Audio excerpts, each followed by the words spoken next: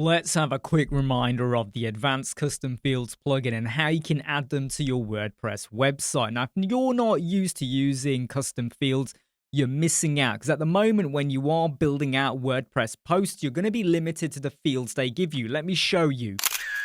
Standard WordPress lets you add in a title, you can add in your content, text, images. You can be a little bit inventive. There's a whole range of things you can add.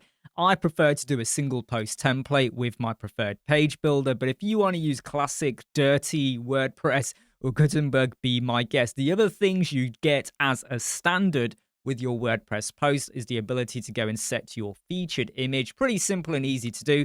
Go and set your categories, and I've got some down here you could fill in. Go and set your tags, and then you can just go and publish. And if you've got an SEO tool, you might have the facility to go and add in, like your keywords, meta tags, description, things like that. However, you are limited to the fields they give you here. What if you wanted to have a separate description box? So maybe this is description area 1, and then you want to have an image, and then you want to have description area number 2. But you're going to place them in particular layouts because when you go and use post content with your page builder, if you've got text, image, that's how it will appear on the page. You can't then go, well, now I want to have text, image, and text. It gets a bit complicated if you try and do that. You can do with a bit of coding, but if you want to keep it really easy to do, what you really want to be doing is using custom fields. The other great thing about custom fields is that it allows us to add other fields into here. So let's say this was a post about food, preparing sandwiches that you're going to eat, and you wanted to have fields for ingredients, fields for how many people this serves, how many calories. Maybe this is a car website and you want to have a field for the make of the car, the model of the car, the year of registration, petrol, diesel, hybrid, all of that. Custom fields are going to massively help you out in that scenario. And that's why I recommend using Advanced Custom Fields plugin. You can get this for free. There is a pro version. For this tutorial, I'm only going to cover the free version.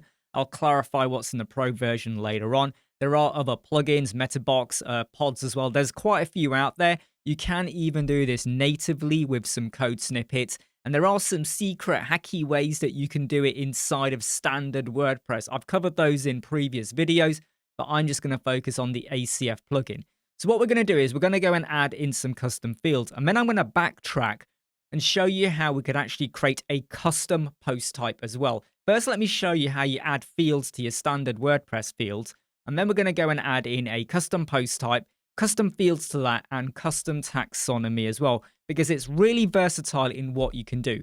First off, let's go and add in some custom fields. So obviously we've got the plugin in, and once you've got it activated and installed, go down here and you will see ACF.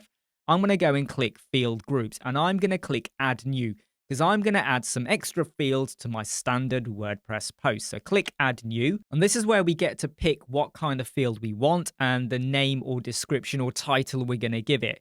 Now we do have a range of items. You could have just standard text, so you could pop whatever you want. You'd have a text area, so you might want to have a more detailed description or content, number, range, email, URL. There's quite a lot of things here. The things you are limited to, though, is that if you were going to add in an image or a file, you can do, but you can't add in a gallery unless you have the ACF Pro. Now, I'm not going to tell you what the prices are. I'm not even going to put a link in here because this is not an affiliated or sponsored video. I'm just showcasing how you could use the ACF free plugin. And also, if you want to have the repeater field, which is somewhere down over here. Now, what is the repeater field? If I go and put a text field in and I call the text field name, every post will have a text field and you can add in the name because that's the whole point of what we're going to be doing here. But what if I had a field and I was to call it subject studied, and you have one field and you go and type in history? That's it. It's just one field. But if it's a repeater field, you'll have the subjects, and then you can type in history, and then you can say add another entry or add new item, and then you might type in geography, and then you might pop in law, psychology, chemistry. You can go all the way on mathematics. So you have one field, but you can add repeated items into there. So let's say you were going to add in services that you provide or areas that this project covers, or who was involved in this particular case study. You might have names of team members maybe, because maybe you're a solicitor or an architect or something like that. and you want to show who is involved in that project, you could have a field with name, have it as a repeater field, and you could add in all of the names and they would all go into their own line.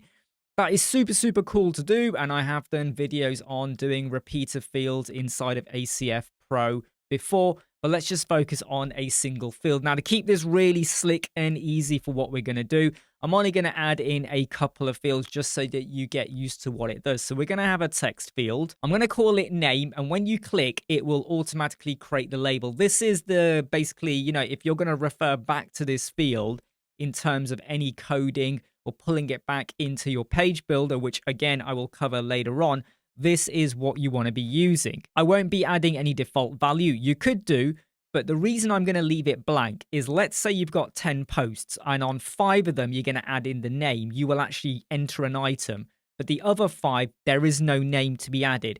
If you go and add in a default value, it will start to show that default value everywhere. And if you pop this onto a single post template, it will show, no name or non-applicable or whatever you pop in there as your default value. If you leave it blank and I add a field in to show that, the 5 fields that did not have anything entered will be blank. And believe me, you don't always want a default value unless it's part of what you're building out. So that is my first field. I've just called it text. It's a text field with name. I should mention, though, you do want to go and give this a title. So I'm just going to call this post CF. So my standard WordPress post, custom fields. You can be a bit more inventive over your naming. What I will then do is add in another field. And this one I'm going to call number. And I'm just going to call it year. Click again and it gives it to you in lowercase. We're not going to have any default value. And I could add in more fields. So I'm going to go and stick in a URL field. We're going to call it website. And again, I will not have any default value. Now, here comes the important bit. Let's say you've gone and added in all of your fields for what you want to have added to the standard WordPress post. You need to go down to settings. And over here, it says post type. And you now get to pick, well, where is this basically going to show? I rarely kind of go through all of these. I tend to stick to just what is the post type. So I will say the post type is equal to post. Leave it as that if you want it to apply to the standard WordPress post. You do have the option to go and add to products. So let's say you were going to add extra fields to your WooCommerce products. You know how in your WooCommerce, you have your attributes, your variation, your price, and all of that. What if you want to add in an extra field? So let's say you're selling cars and you want to have make and model, and you don't want to do it as an attribution because maybe you want to use this using like the separate taxonomy filter or another widget that you might be using from a third-party add-on or your standard page builder plugin or whatever you're using. You can apply this to product because these fields will show on the WordPress post. So please bear that in mind if you ever want to do this for your WooCommerce store as well, or whatever you're using, it'll apply it to your product. So now I'm going to go and hit save changes. And there we go. We can see my fields. I can very easily expand any one of them, modify the details, edit them, delete them. I can even go and add new fields whenever I want. If I now go back over to my posts and I could go into any one of these. So I'm going to go into one that's already kind of built. So rather than a brand new one, I'm going to go to one that I already had pre-existing. When I go to edit now, you can see we still have the title. I can drop in whatever content I want, but I now have these 3 new fields. I have name, year, and website. So I'm going to add in Imran 1978 and learn.websquadron.co.uk, and I'm going to hit save.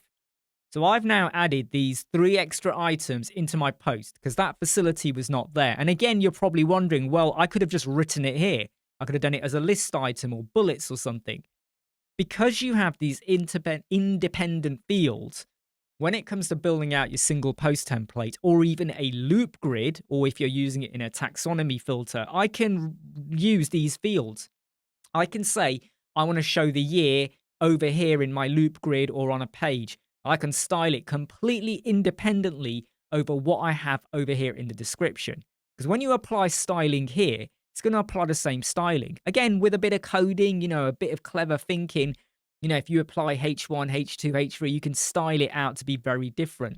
But I've got full on control. So that's how simple and easy this was. And if I go back out and I click add new post, I'm not going to add one, but if I wanted to add in a new post, I've got those fields present for me. So that's the power of adding custom fields into your standard WordPress post. But what if I don't want to add them to my standard WordPress post? What if my posts are going to be my blog, my articles, and they're going to be very boring structure, and I'm quite happy with that. But I want to have another area where I can build posts, but they're not going to be for my blog. It might be a news area. It might be a team area, because I might use that later on. Let me show you. Let's go back over to WordPress. Notice on the left-hand side, I've got post, media, pages, comments, WooCommerce, product, right? I'm going to add one in here called team members. Now, what we're going to do is we're going to go down to ACF, and I'm now going to click post types, not field groups. We're going to go to post type, and I'm going to add a new one. This is where we're going to create a post type for team members. So I'm going to write team members. Singular will be team member, and then once I click that, it goes and creates the key. Now, at the moment, there is no taxonomy. And I'm not going to pick any that I've got standard in my products or my posts. Okay, I'm going to create one later on. So I'm now going to go down to where it says public, leave that ticked, go to advanced configuration. Now, these fields are what you should be used to seeing on a standard WordPress post, but I'm going to now have a lot of power and control over what we enter so that I can maneuver and style things out however I want. Title, yeah, we'll show that. Editor, that's where you would normally add in your content. You know, your whatever images, whatever you want to do. Are we going to show that? Or am I going to have full-on control? I'm going to get rid of the editor. So now you will actually have a text area that you will complete in. Featured image we'll use, but I will add in an extra image. Author we'll get rid of. Excerpt we'll get rid of. Custom fields we'll leave that if we do have any custom fields, which we haven't at the moment. Comments, revisions, post type, blah, blah, blah, blah. You know, I'm going to leave a lot of these out. And then I'm going to go in and hit save changes. Now watch, blink and you miss it. That's how quick it is, okay? Team members has now appeared as a custom post type. So I've still got my posts, but I now have something else that I can refer to when I'm building out my loop grid or single post products, whatever templates I want to do. So that's my single post type. We are going to add fields into there. But before we do that, let's go and create a taxonomy as well. So taxonomy is under ACF or a sub menu. Let's click it. And I'm now going to create my first new taxonomy. You can create as many taxonomies as you want. Let's go and give this a title. Let's go for departments. The singular is department. And then we have taxonomy key, which is created for us automatically. Now down here, it's going to say which post type does this go to. Remember, we created one. So I'm now going to scroll down until I get to team member. Let's go and pick that. So I could have separate post types and you can create as many as you want. Team member, testimonials, projects, case studies, whatever you want. I could create a taxonomy and I could apply it to multiple post types. I could even apply this to the standard post as well. That's how brilliant this is. Stop thinking in just one-to-one. You can do one-to-many or many-to-one. You can switch it around, okay? So I'm going to go for post types and team member. We're going to leave it as that. There's no need to mess around with advanced configuration. You can do if you want. There are some settings in there for, you know, in terms of default sorting, or will there be a default term that is always picked? I mean, I haven't got any items in there at the moment, so I'm not going to bother with that. And then I'm going to go and hit save changes. And what you will now find is underneath team members, you've now got department. So before you would have had all team members and add new team members. It's a bit like posts, all posts, add new post. This does have categories and tags, but this over here now has the department. Now here's my recommendation. Before you go and actually add in what will sit inside of your taxonomy, go back to your post type, okay? And go back to edit your team members. Because inside of the taxonomy, we said this applies to the team member post type. What you want to do is go back over to where we have taxonomy, which we left as blank. And now you want to scroll down to department. I always like to create a relationship there. It will work, but I think it's better that you create your post type, then you create your taxonomy, and make sure that inside each one, they are referring to the relevant post type or the relevant taxonomy. Let's just go and hit save changes. Right, team members, department, and you should be familiar with this screen. Let's just go and add in a few departments. Now I'm going to go back over to my team members. And if I go and click add new team member, all I've got is the title. Do you remember I removed the editor? We still have the facility to add in a featured image as well. It's actually just down here. It's behind my face right now. The facility to add featured image is there. But all we have is the title because I got rid of the editor and I left the featured image and title in. Let's go and add in some custom fields. Let's go down to ACF and go to field groups. We're going to click add new. You can see our previous one is still there. I'm going to call this team members underscore CF. Again, be a bit inventive over what you want to say here. I'm going to add in a name again, and we're going to leave that as a name field, just a text field, as you can see there. We are then going to click add new field. I'm going to go for years of experience. You click it, you get your key with lowercase, underscore, and all of that. And then I'm going to click add field again. So far we have got 2 fields. Just to remind you, we've got name, years of experience.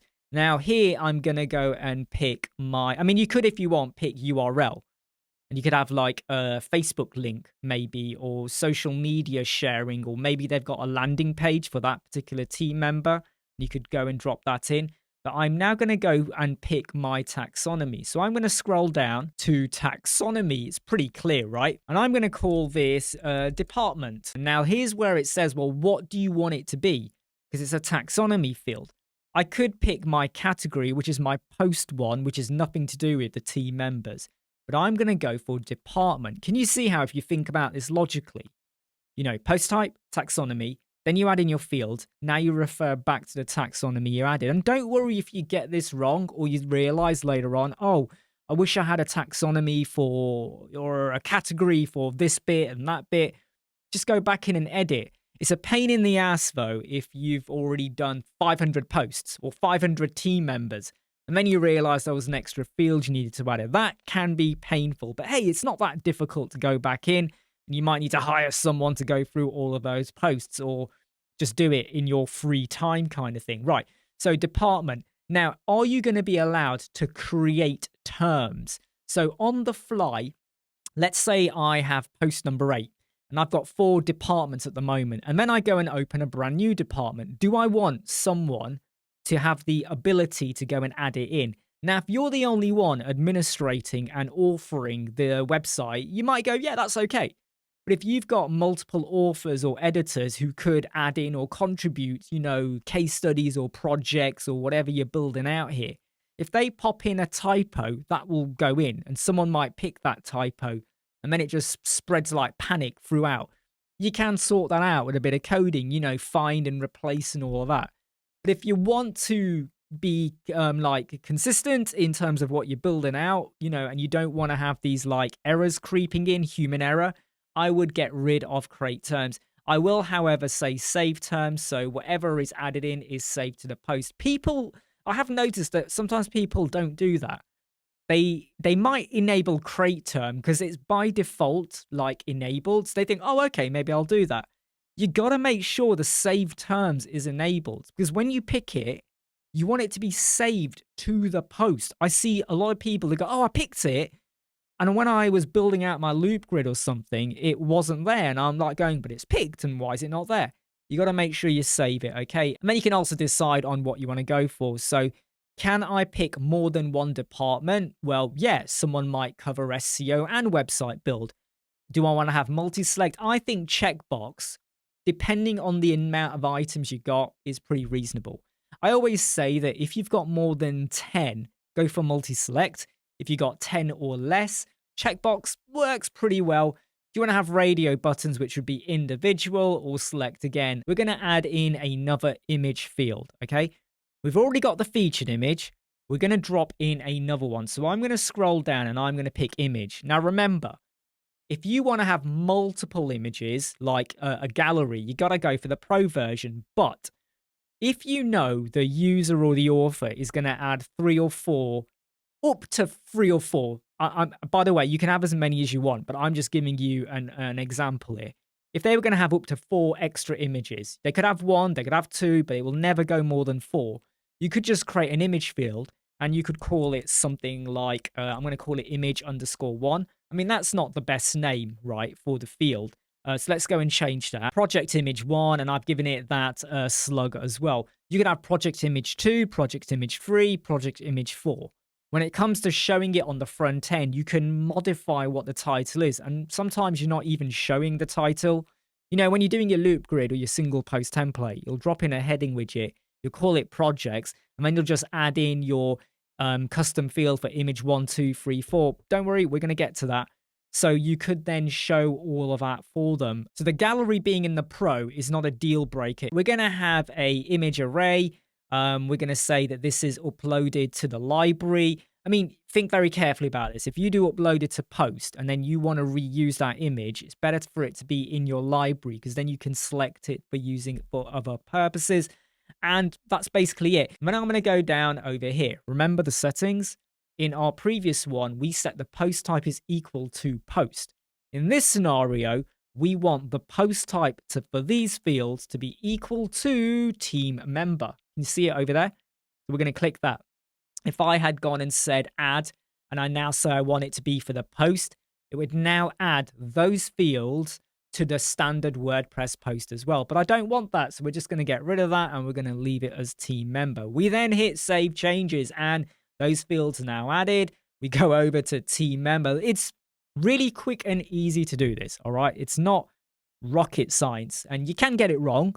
So always plan this out on a bit of paper. We'll go to team members. We go to all team members. I've got no post. We click add new team member and look, lo and behold, all of my fields are there. So I'm going to go and add in a title. I'm going to call it Jinx and then I could go and drop in the name. Now, I want you to think a little bit here. I've got a title. My name could be a completely different name, right? I could call it Powder or something like that. But what if my name, my custom field actually matches the title of what I have over here? So did I really need that name field? I've done this intentionally just to get across to you how we sometimes think of a title as a title. But if your name field is actually going to match up with the title, we could get rid of that. So what I'm going to do is go back over to my custom field. And again, this is the beauty about modifying things on the fly, okay?